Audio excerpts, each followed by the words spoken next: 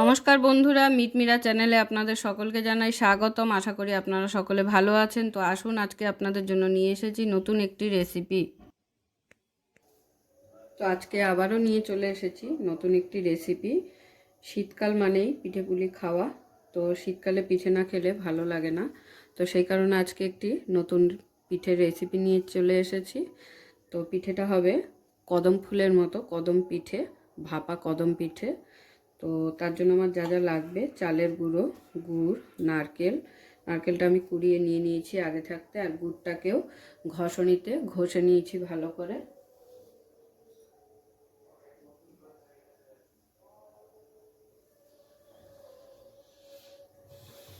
আর লাগবে বাসমতি চাল। এটাকে আমি 1 ঘন্টা আগে ভিজিয়ে ছেঁকনিতে করে এরকম ঝরা দিয়েছি যাতে জলটা ঝরে যায়।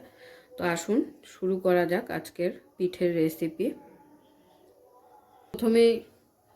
প্রথমেই আমাকে তৈরি করে নিতে হবে নারকেলের একটি পুর।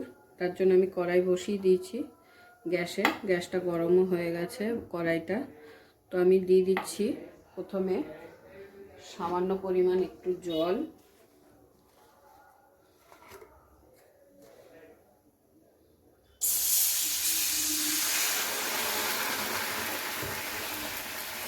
এরপরে দিয়ে দিচ্ছি নারকেল কোড়া।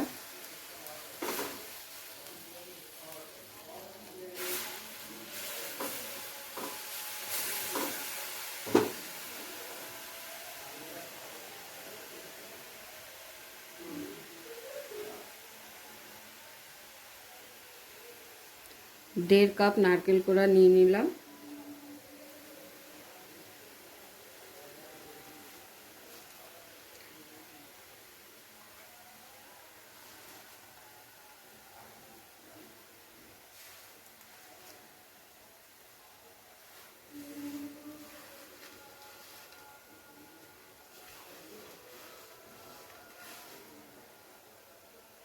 দেড় কাপ নারকেল কোড়ার জন্য দিয়ে দিচ্ছি 1 কাপ গুড়। এটা খেজুরের গুড়, রেসিপিটা আমি খেজুরের গুড় দিয়ে করছি।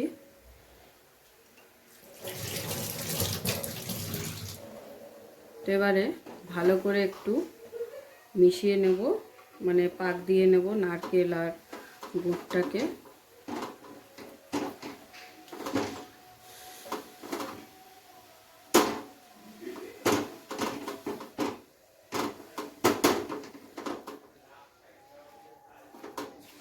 এই পিঠেটা আপনারা যে কোনো চালের গুঁড়ো দিয়ে করতে পারেন,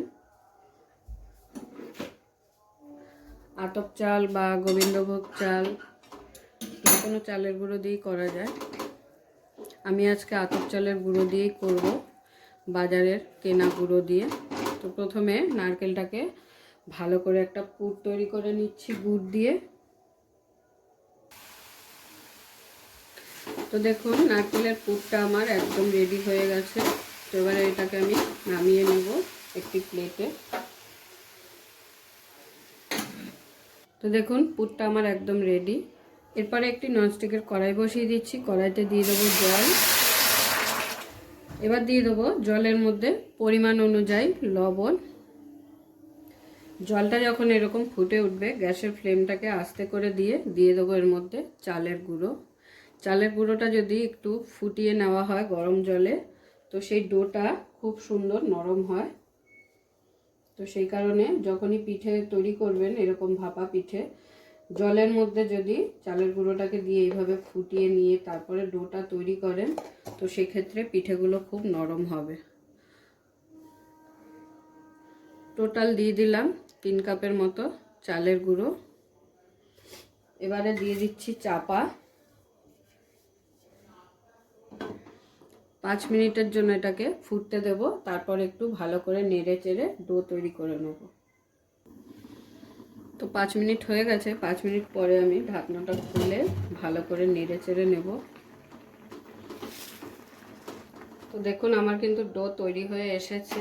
যখন দেখবেন এরকম আঠালো একদম ভাব হয়ে গেছে, একটু ভালো করে সময় নিয়ে খুন্তি দিয়ে এরকম চেপে চেপে ভালো করে ডোটাকে তৈরি করে নিতে হবে। এবারে আমি এই ডোটাকে একটি থালায় তুলে নেব। তো ডোটাকে আমি একটি থালায় নিয়ে নিয়েছি। এবারে ডোটাকে একটু হাত দিয়ে প্রেস করে গরম অবস্থাতেই, যদি হাতে বেশি গরম লাগে তো জলের মধ্যে হাতটাকে একটু চুবিয়ে নিয়ে তারপরে একটু ভালো করে একটা ডো তৈরি করে নিতে হবে।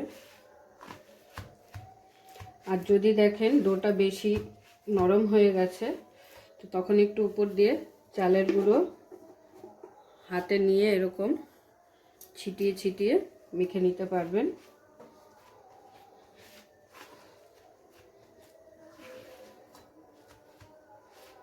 তো ডোটা কিন্তু খুবই গরম, দেখে হয়তো বুঝতেই পারছেন ধোঁয়া উঠছে।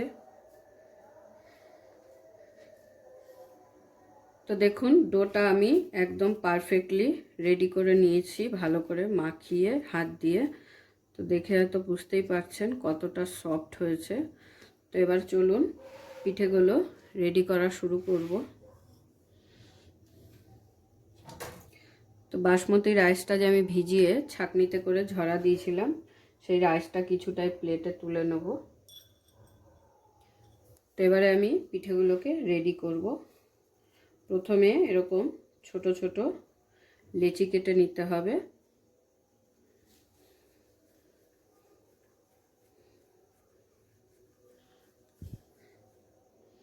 লেচিটাকে সুন্দর গোল করে হালকা চাপ দিয়ে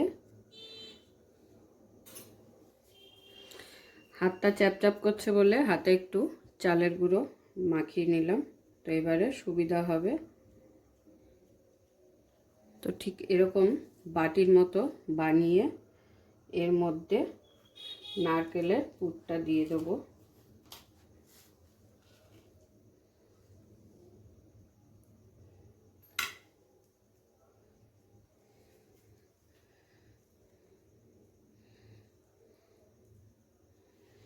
নারকেলের পুরটা ভরে আবারও সুন্দর করে একটা গোল করে নিতে হবে।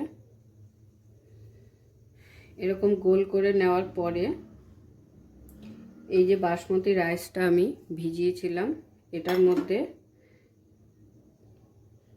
চারিদিকে পিঠেটার গায়ে চালটাকে লাগিয়ে নেব। তো প্রত্যেকটা পিঠা এইভাবে ঠিক আগে রেডি করে নেব এক এক করে।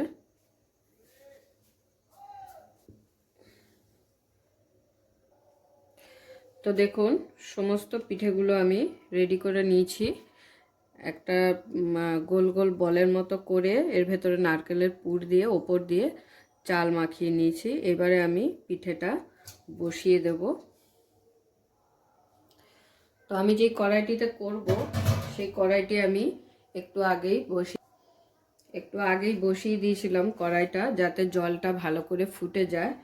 তো জলটা ভালো করে ফুটে গেছে। আমি পিঠেগুলো রেডি করতে করতে জলটা বসিয়েছিলাম। তো এবারে আমি এরকম একটি ছিদ্রযুক্ত থালা নিয়েছি। থালাটা আমি বসিয়ে দেবো কড়াইয়ের মধ্যে। এরপরে পিঠেগুলোকে একটা একটা করে থালার মধ্যে এইভাবে দিয়ে দেবো। একটু ফাঁকা রেখে রেখে পিঠেগুলো বসাতে হবে, যাতে একটার গায়ে আর একটা না লাগে সেইভাবে দিতে হবে। কারণ চালগুলো যখন ফুলে যাবে তখন কিন্তু নালে জোড়া লেগে যাবে গায়ে গায়ে বসিয়ে দিলে। তো সেই কারণে একটু ফাঁকা রেখে রেখে পিঠেগুলোকে এইভাবে ব্যাস এইবারে ঢাকা দিয়ে দেবো প্রায় 15 মিনিটের জন্য। 15 মিনিট পর আমি আবার ফিরে আসছি। তো প্রায় 10 মিনিট বাদে আমি খুলে একটু ফুড কালার অ্যাড করব। এটা অপশনাল, আপনারা চাইলে করতেও পারেন নাও করতে পারেন। তো এটা করছি, সুন্দর লাগবে দেখতে পিঠেগুলো ওই জন্য।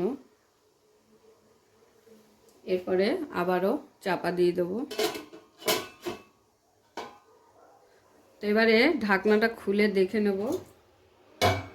তো দেখুন, দেখে আশা করি বুঝতেই পারছেন পিঠেগুলো কত সুন্দরভাবে চালগুলো ফুলে উঠেছে, যার কারণে দেখতে কতটা সুন্দর লাগছে। আর যেহেতু ফুড কালারটা দিয়েছিলাম তো তার জন্য আরোই লোভনীয় লাগছে দেখতে।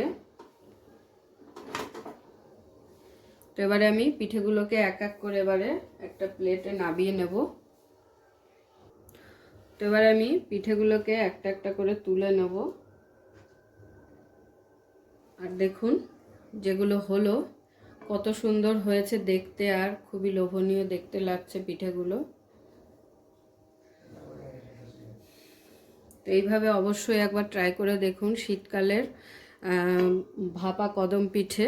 তো খেতে খুবই অসাধারণ হয়, অবশ্যই একবার বাড়িতে বানিয়ে দেখবেন। তো দেখুন, দেখে আশা করি বুঝতেই পারছেন পিঠেগুলো দেখতে যেমন লোভনীয়, খেতে অসাধারণ হবে। তো ঝটপট বানিয়ে ফেলুন শীতকালে এরকম ভাপা কদম পিঠে।